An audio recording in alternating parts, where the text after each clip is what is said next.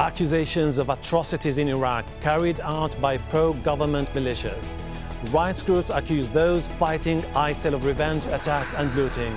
Is the government doing enough to protect all of its citizens? This is Inside Story.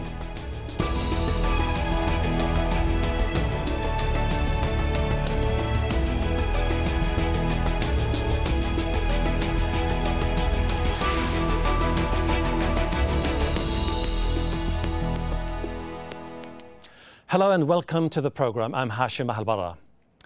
A video that shows a man suspended over a fire being burned is focusing attention on the human suffering in Iraq and the country's sectarian divide. The latest pictures released online appear to show members of a pro-government Shia militia burning a man they accuse of being a member of ISIL. They are heard to taunt him, saying, "These are the ISIL fighters, see what happens to them." Militias in Iraq have been accused of widespread human rights violations against Sunni Muslims, including mass killings and torture. Prime Minister Haidar al-Abadi took office in September, promising to unify the nation in the fight against ISIL. But rights groups are demanding he does more to protect civilians caught in the crossfire. To our panel in a moment. First, Al Jazeera's Imran Khan has more for Inside Story from Baghdad.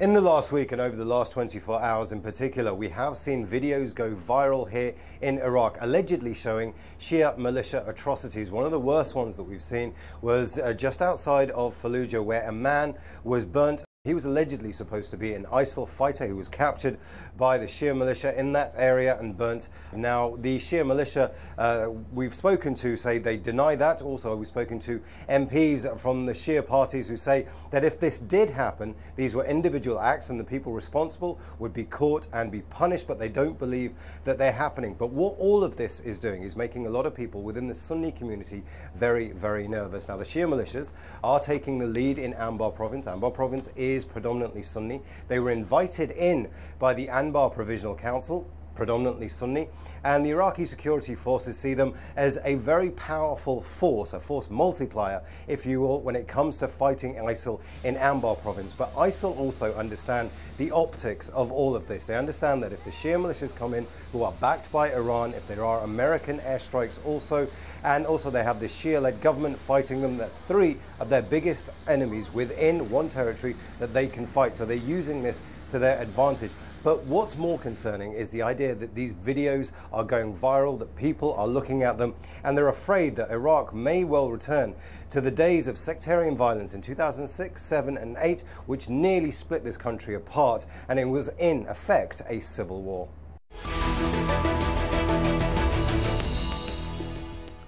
Let's bring in our guests for this Inside Story. With me in the studio is Andreas Craig, Assistant Professor at the Defence Studies Department at King's College in London. In Baghdad, Muwaffaq al-Rubay'i, Member of Parliament and former Iraqi National Security Advisor. And in London, Mohammed Sheikh Ali, Head of the National Centre for Justice. Welcome to you all. Let me start by asking Mr.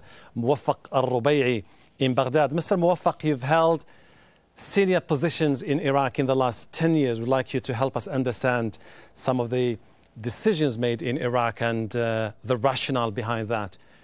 There's this sentiment among many people that the government is not doing enough to rein in the Shia militias, also known in Iraq as the Popular Mobilization Committees. Thank you, Hashim, for having me in your show.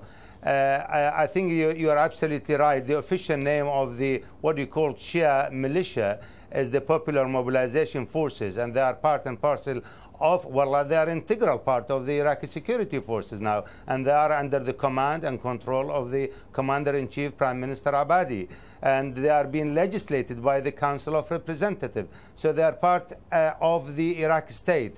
And I would really appreciate it if, for the rest of the program, if we refer to them as Popular Mobilization Forces. Now, the video which is being circulated in the social media, we have investigated this thoroughly and in a very technical, very sophisticated method, and it turned out to be a fabricated piece of video being spread and helped by ISIS themselves. Okay, Mohammed. I think the situation on the ground, sorry, let me finish. What the Prime Minister, when he came in more than 6 months ago, he managed to score a very good political gain among the Sunni community, among the Kurdish community, and he reduced considerably the sectarian polarization, the sectarian heightening, and I'm pleased to say that there are 17,000 of Sunni Arabs from the tribal fighters are working and fighting alongside, and they're part and parcel of the popular mobilization forces. Let me bring in Mohammed Shia al-Sheikh. and Sunnis are forming the Iraqi polarization forces. Okay, Mohammed al-Sheikh, you've heard what Mr. Muwafaq al-Rubai was saying. He's basically saying that the militias or the popular mobilization committees are operating within the framework of the establishment. They are part of a legitimate government. How do you respond to that?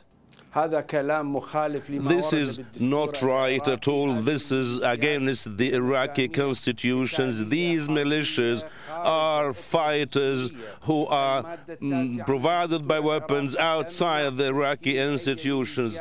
The item number 9 from the constitution prevents the establishment of any fighters outside the Iraqi army. What has been said by Muwafaq al-Rubai is a claim and a continuous flow of lies in order to not to give the truth to the international public opinion. This is a systematic approach in torturing and marginalization and dealing with excessive powers with the detainees or even with the prisoners and the innocent civilian peoples.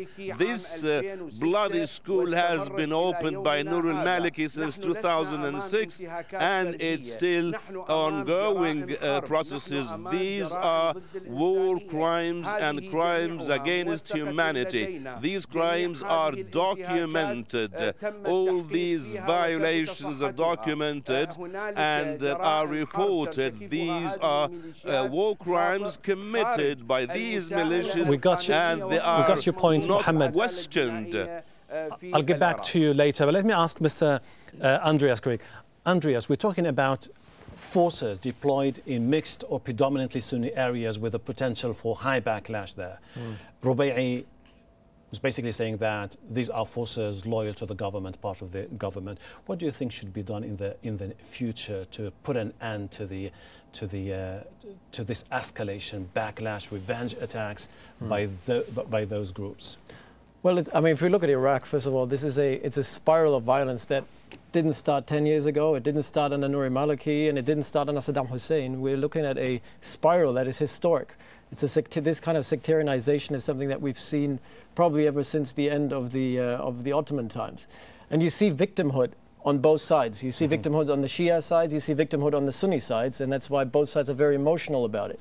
The problem is, and we have to name the problem right now. The problem right now is that there is a government in Baghdad which might not be legitimate in the eyes of many Iraqis.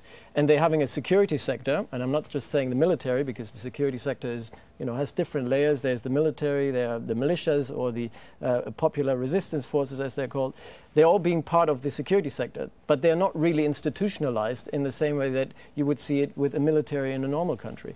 So the problem that we're having here is that you have this highly diverse security sector, which is Shia dominated, trying to protect Sunni communities in areas which are either predominantly Sunni or mixed. So we see a disruption between the Sunni communities and the security sector that is supposed to provide security for them. And this is where the main issue lies. This is where we have the problem. Correct. Mr. Muwafaq al-Rubai, I remember 10 years ago you were optimistic about future of Iraq in terms of overhauling the military establishment, reaching out to different components of the society. What we've seen, and this is a feeling shared by everyone, that you have failed to build a professional army that leads the fight against ISIL. So because you have a poorly functioning army, militias step in. I partly agree with what you said, Hashim, and also I partly agree with Andreas as well.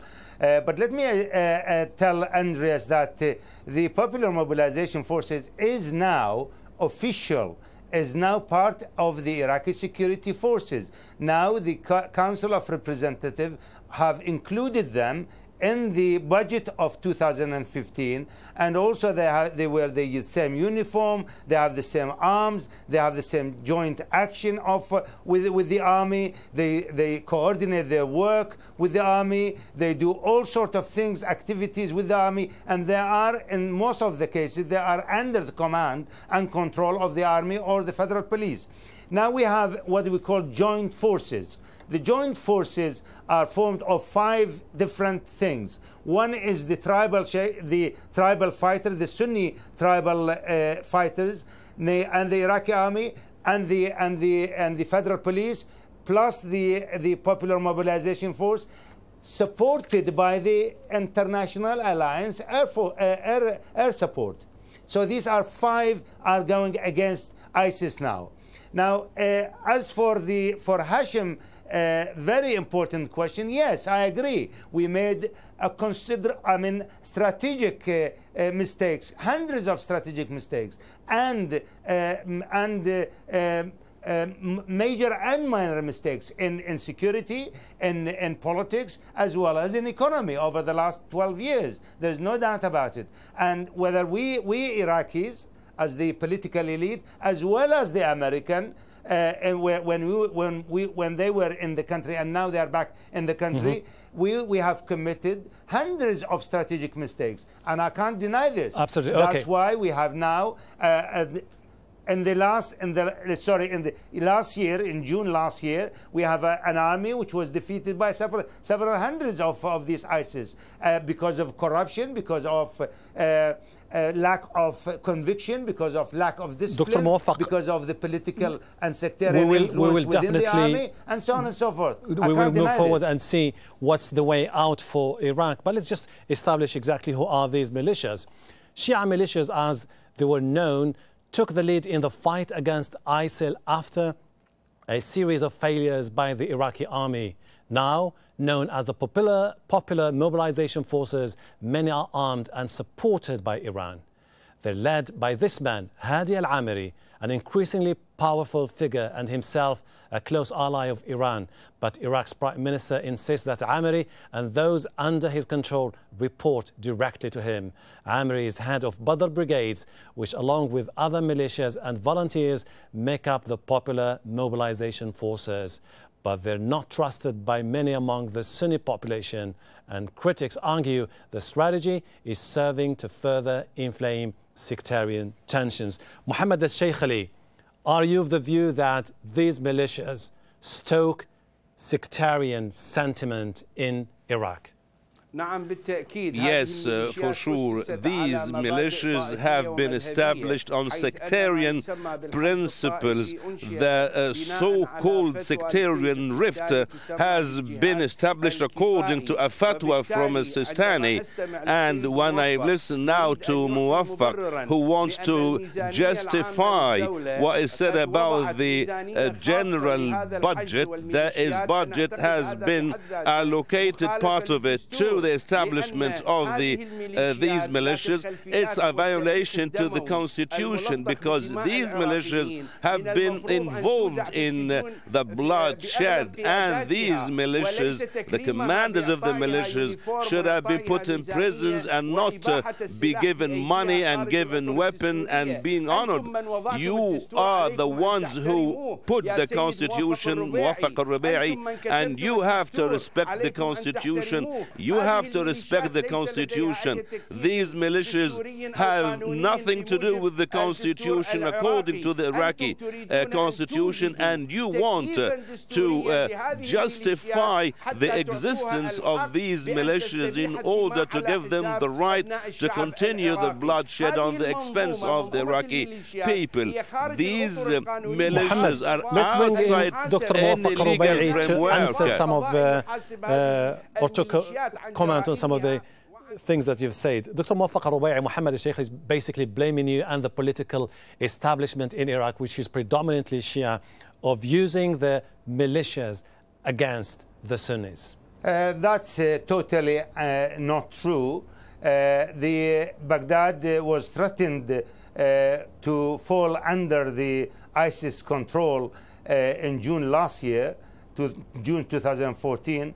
And what saved Baghdad from a downfall is the Ayatollah Sistani fatwa, the religious edict, as well as the support of Iran and the popular mobilization forces. These are, as well as the local guys in Baghdad who defended the city. So as far as the constitution, violation of the constitution, and so on and so forth, I think there is a Supreme Council, there is a Council of Representatives which has been elected by millions of Iraqis, there is a government, and I think this claim of we are violating the constitution by forming these paramilitary groups, they are already, I told you, and I said this, they are formed at the beginning as militias. We were having militias before June 2014, but now they're all organized, they're all disciplined, they all have the same conviction. They have more than 25% of them are Sunni Arab fighters. So I don't think these are sectarian. They are highly motivated. You know what's the problem? Their morale is sky high. True. Dr. Muwaffaq, you know that Al-Abadi, when he went to the United States of America, basically everyone told him, you have to rein in those militias and you have to find different ways to deal with the situation in Iraq. Let me bring in Andreas. Andreas, we're back to square one. Right. You have militias, some of them backed by Iran, like Badr Brigade, Jaysh al-Mukhtar, Asayib al-Haq, Imam Ali brigades, right, deployed to Sunni areas, and the sentiment among the Sunnis that these are people backed by Iran to undermine us, and it's obvious. Right. I think it doesn't help us here when we quote numbers and say 25% are Shia, Sunni, and 75% are Shia. It's not about the numbers. It's about perception. It's about the perceived reality in Sunni communities, and Sunni communities perceive many of these brigades and many of these. It's true, they were obviously militias initially, and I want to come back to that point later on. There is a mistrust in the Sunni communities because they don't trust that these kind of organizations can provide security inclusively. And inclusively means for all minorities, not just for the Sunnis, but for all the various factions that exist in Iraq. And let me go back to the thing with the militias. And yes, the militias have been institutionalized, and there's been an attempt to institutionalize them. But we should not forget that there are structures in the Iraqi state system which are extra-constitutional. They are extra legal in a way. They exist in parallel command and control chains exist in Iraq that are not under the constitutional supervision and have only where the president has very limited oversight over.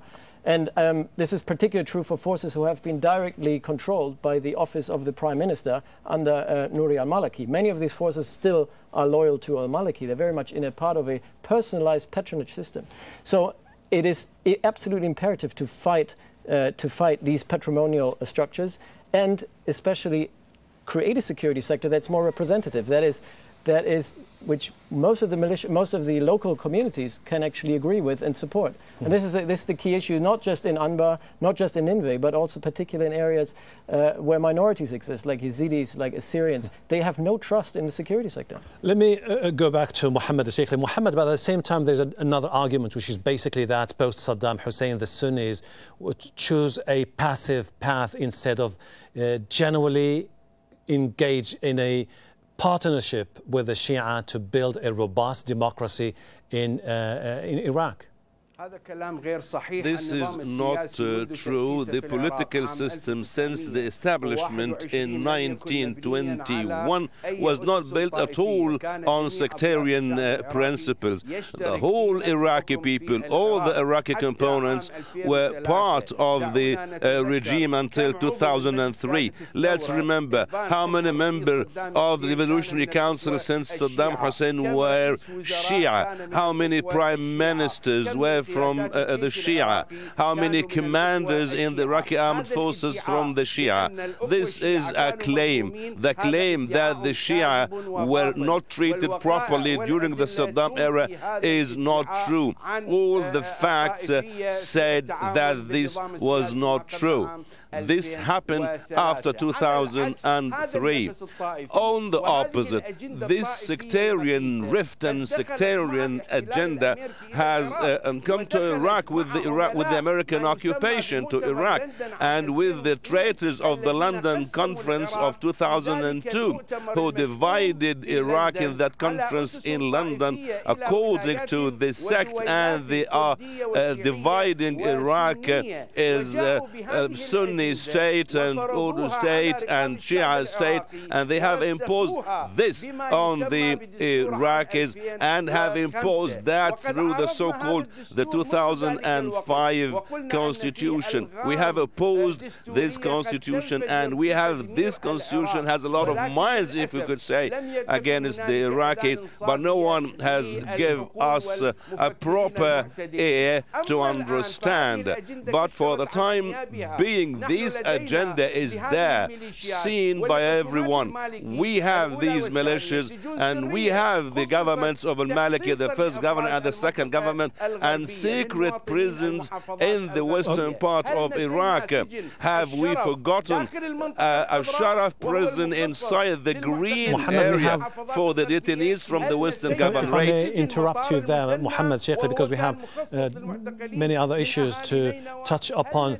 Dr. Muwaffaq al-Rubayyi, you've said that you are committed to reaching out to disenfranchised Sunnis across the country. But explain this to me.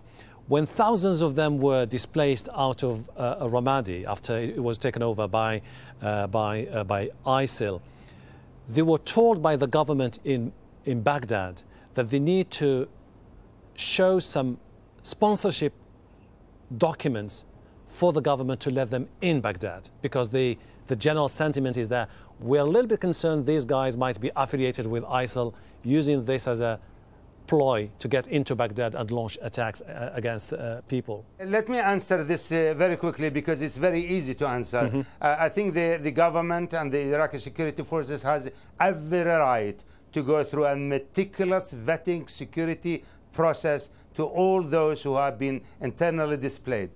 And we have now 3 million internally displaced persons from the western provinces. So I fully support this, but of course we have to look into the suffering of our people, of these IDPs.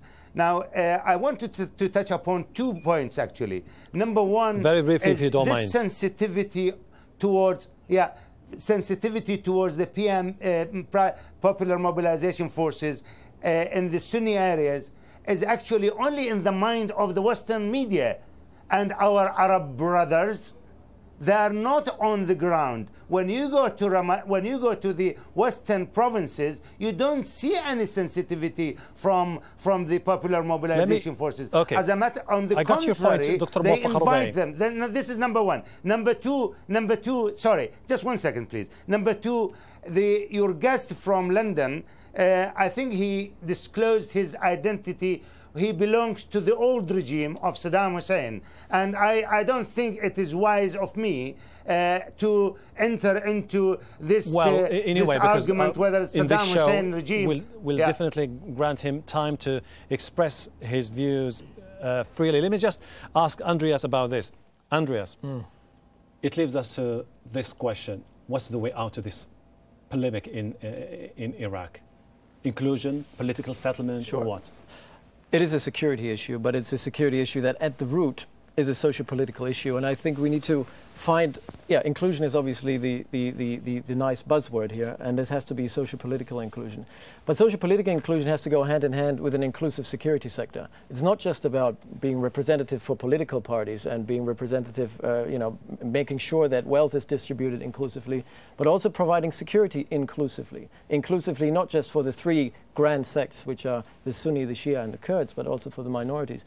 At the same time, we need to look at other ways, because it's very difficult to dismantle the current project that the Americans have set in place in 2003, which is the current security sector. We need to find a new way to basically organize security on the local level. And this has been happening already, because on the local level, a lot of minorities have already created their own security militias, their own grassroots groups. And these kind of groups need to be integrated in an umbrella which is controlled by the state, because we need to maintain a state monopoly on violence or state monopoly on force. Gentlemen, unfortunately we won't have enough time to talk or expound these controversial and extremely important issues, but thank you really very much for being with us on the show. Andreas Krieg here in Doha, Muwaffaq al-Rubay'i in Baghdad, and Mohammed al-Sheikhli in London. And thank you for watching. As always, we would like to hear your thoughts. You can contact us on our program page at aljazeera.com. You can also post your comments at facebook.com/AJ Inside Story or tweet us at AJ Inside Story. From me, Hashim Al-Bara, and the whole team here, goodbye for now.